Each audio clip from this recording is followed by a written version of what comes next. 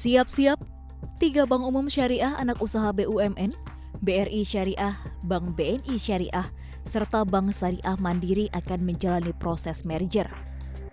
Ketiga bank dan induk usahanya masing-masing sudah menaikkan MOU atau nota kesepahaman yang bakal menjadikannya bank syariah terbesar di tanah air. Atau bank syariah buku 4 dengan modal inti di atas 30 triliun rupiah yang meningkatkan daya saing. Insya Allah, Indonesia akan memiliki bank syariah terbesar. Saat ini kita masih tertinggal dari negara-negara Islam lainnya. Karena itu kita harus bangkit. Namun kita juga harus yakin bila kita bersatu, insya Allah kita mampu menjadi pusat ekonomi dan keuangan syariah di dunia. Namun masyarakat tetap harus menanti realisasi merger karena secara legal baru akan rampung pada kuartal pertama tahun 2021. Kemudian target pembiayaan itu bisa mencapai sekitar 272 triliun dan pendanaan tentunya sekitar 335 triliun. Ini rencana tentunya dengan asumsi pertumbuhan yang konservatif ya kita buat. Dan nantinya diharapkan di bulan Februari 2021 itu terjadi yang namanya legal merger. Di situ sebetulnya penggabungan itu secara resmi ya. Last but not least important ya, 3 bank himbara dan 3 bank syariah ini berkomitmen bahwa dalam proses ini tidak ada pengurangan karyawan ya. Jadi karyawan cuma diangkut ke bank yang baru nanti.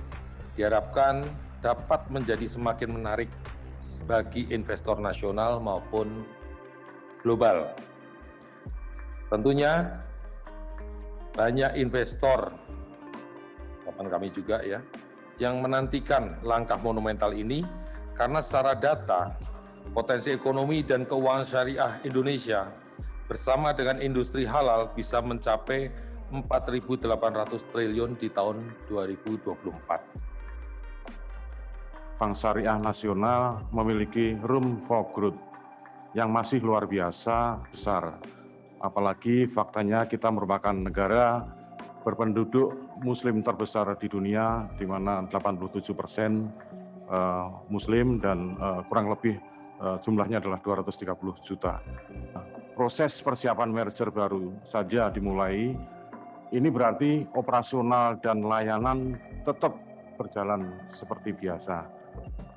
Kami sebagai satu-satunya bank umum syariah anak perusahaan BUMN yang tercatat di bursa, siap menerima amanah ini dan siap bergandengan tangan dengan saudara-saudara kami Bank Syariah Mandiri dan BNI Syariah untuk bekerja sama bergotong royong memajukan ekonomi dan keuangan syariah Indonesia. Bank syariah memiliki modal untuk berkembang pesat bahkan di masa pandemi. Kala corona mendera, bank syariah memiliki daya tahan lebih baik dari bank konvensional. Baik BRI Syariah, Bank BNI Syariah maupun Bank Syariah Mandiri memiliki modal inti yang tumbuh positif sepanjang 6 bulan pertama tahun ini. Tak hanya itu, aset ketiganya pun justru kian tebal saat pandemi menginfeksi sendi-sendi ekonomi tanah air. Bank syariah di tanah air memiliki potensi besar, mengingat Indonesia merupakan negara dengan penduduk muslim terbesar di dunia. Namun masih ada sejumlah pekerjaan rumah seperti pengembangan industri berbasis digital, membentuk fokus program kerja untuk penetrasi pasar lebih luas dan menggandeng pembiayaan sektor real. Selain itu butuh dukungan pemerintah agar bank syariah makin bergairah, bisa menangkap peluang investasi asing hingga terlibat dalam pembiayaan proyek infrastruktur.